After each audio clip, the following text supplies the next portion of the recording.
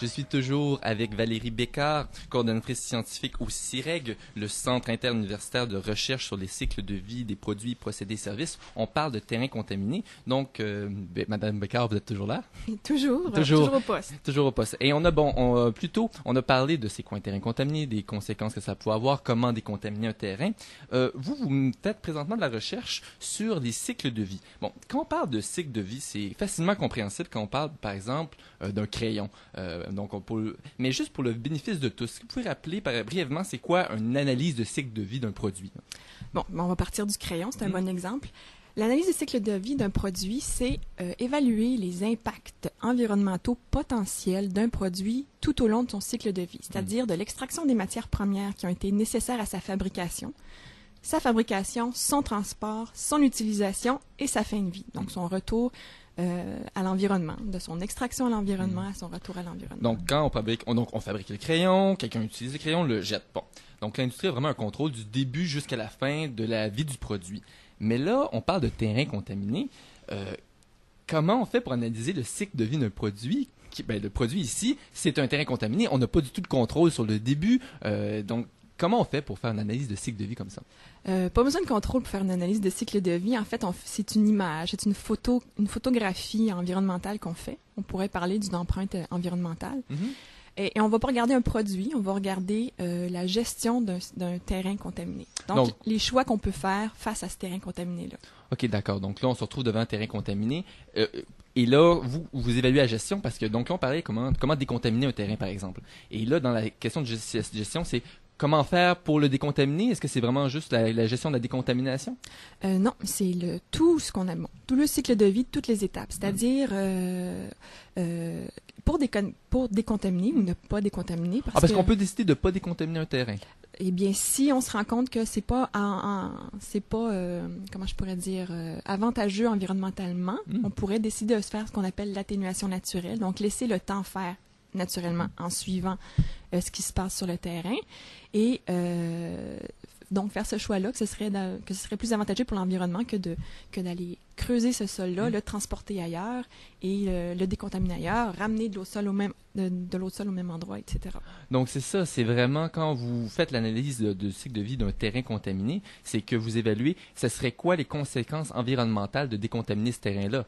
Par exemple, si on prend un terrain où est-ce qu'il faudrait justement sortir...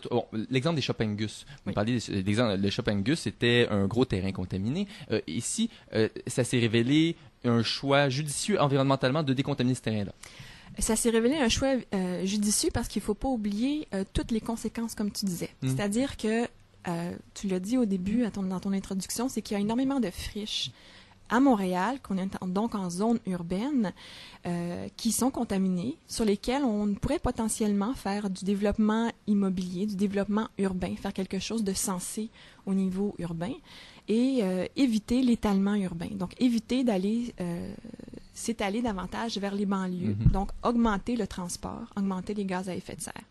Dans les études qu'on a menées jusqu'à maintenant, en utilisant des modèles qui ont été faits pas par nous, donc on utilise les modèles d'un peu tout le monde pour modéliser les transports, les différents choix que les gens vont faire. Dans nos études, on s'est rendu compte que cet étalement urbain-là était vraiment prédominant quand on fait des choix de réhabilitation ou de non-réhabilitation.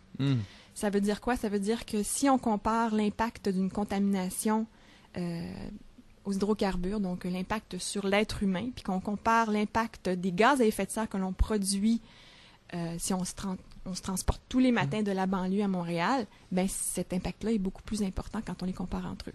Là, on les additionne en plus. Donc, OK, d'accord. Donc là, par exemple, un terrain qui serait vraiment loin en banlieue, avec le même type de contamination qu'un terrain justement en plein cœur de Montréal. Le terrain en plein cœur de Montréal, ça se révèle, point de vue vraiment environnemental, développement durable, c'est plus justement environnementalement judicieux de décontaminer ce terrain-là, faire le transport, par exemple, de décontaminer rapidement, donc même mobiliser toute cette flotte de camions-là, déplacer ça, ça va dépenser moins de gaz à effet de serre au long terme parce que justement, les gens qui vont habiter sur ce terrain-là vont pas avoir à faire la navette tous les jours. Exactement. Et donc, c'est le genre de trucs que vous analysez dans l'analyse de cycle de vie d'un terrain contaminé. Exactement, oui. Est-ce qu'il y a d'autres facteurs que le transport qui viennent comme facteur dans l'analyse du cycle de vie?